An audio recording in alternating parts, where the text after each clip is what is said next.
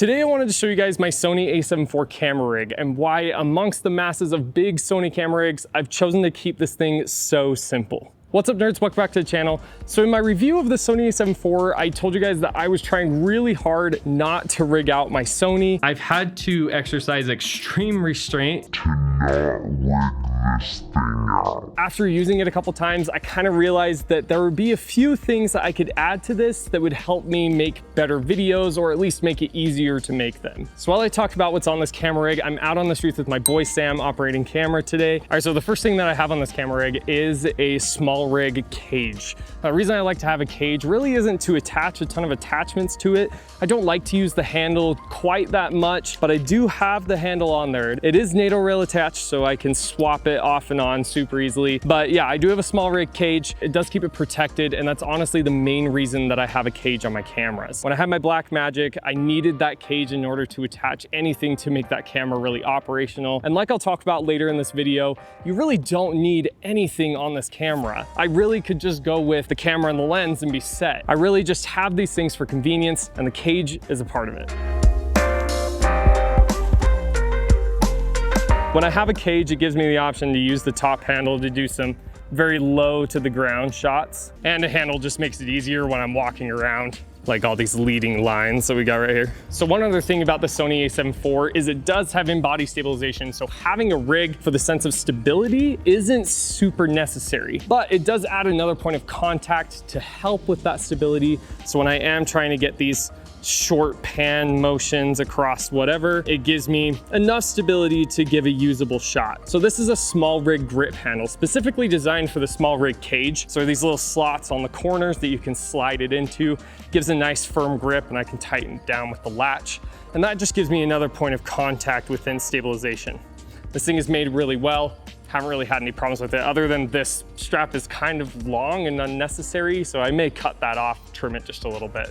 So as far as gear goes, really the cage and the grip is all that I like to have on my cameras because I can pull focus with my fingers and I feel a little more stable with that. An option that you can do is to have a follow focus wheel. Now this is a manual follow focus wheel made by Small Rig. I really like this one versus the Tilta version, mostly just because it has a little bit more customizability, and there's usually a separate arm on here for larger rigs that need a little bit more height when attaching it to the lens. But this one, I took that piece off. So now you have one more point of contact within your rig using the follow focus handle. One thing I will say is I am using this SLR Magic Cine Lens.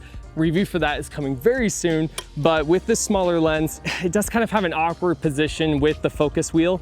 I feel much more comfortable attaching this with my 24-70. So that's another reason I don't like to use it a ton, but this is an option. One last piece of gear that you can throw on, but really isn't that necessary, is a matte box. Now I really like Small Rig's mini matte box. I've had the Tilta one and that one was great too. With the matte box, it has this little attachment that you screw on to the front of your lens. So then with the matte box, we just slide this on and use the rotating tool to clamp it onto the front. And it does have a hood so we can block lens flares, which really is one of the main purposes of a matte box. But there we have Small Rig's matte box, and that's kind of the last piece that I could really think to throw onto this rig. I have had situations where a lens flare isn't what I want creatively, so I like to cut that out every once in a while with this flag. The biggest reason you do have a matte box is to attach square filters to the front of it. Now I do have one that I'm gonna throw on here from Prism Lens Effects. This is Prism Lens Effects Blue Flare Effects filter. Just gonna pop that in there really carefully. So yeah, you can put square filters within here. You can kind of see that. The matte box does tend to make you look more professional. The square front is a little more recognizable for big high-end cinema cameras, so people think that you're a professional film crew out here doing something. But really a matte box is my last resort piece of gear to go onto a rig, just because it's not 100% necessary in a lot of situations and it just adds extra weight. If I really need those square filters on there, I'll throw one on, but I'd like to stick with circular filters just because they're sleek and they're a lot easier to use and more accessible. It looks so good. So to be 100% honest with you guys, you don't need this at all. I could have gotten the exact same shots that I've been going around today getting with just my camera and just my lens. A rig really can be unnecessary in certain situations.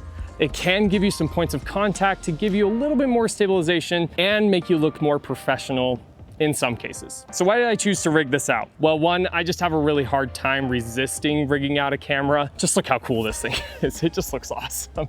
But also, I'm used to working in a format of having some sort of camera rig. When I was on my Pocket 4K, that was a rig that I got super used to. So having just a camera and lens feels a little bit awkward, and I'm trying to get used to it, but it's gonna take me a little bit. So having this rig to kind of switch back and forth in certain situations is fun for me and helps in my transition to a more run and gun type of setup. So some of you are probably wondering why I don't have an external monitor on this thing. The A7IV has this flippy screen right here, and it gives me enough real estate that I can see what I'm doing. I can expose well enough that I don't need a 5-inch monitor to add weight and take up space. But if you want a monitor on there, hey, go for it.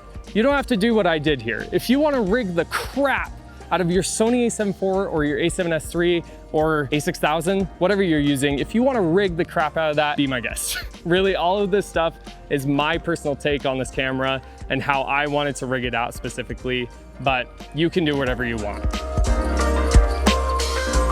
I will mention that none of this is sponsored by SmallRig at all. A lot of the components that I have on this rig are from SmallRig. I just really like their brand, but I'm not sponsored by them in any way. There is a sponsor on this channel, however, and that's Storyblock. I'm just kidding, no, it's not. There's no sponsor. But I did hit 500 subs. Thank you so much. I'm excited to keep making content. See ya. Bye.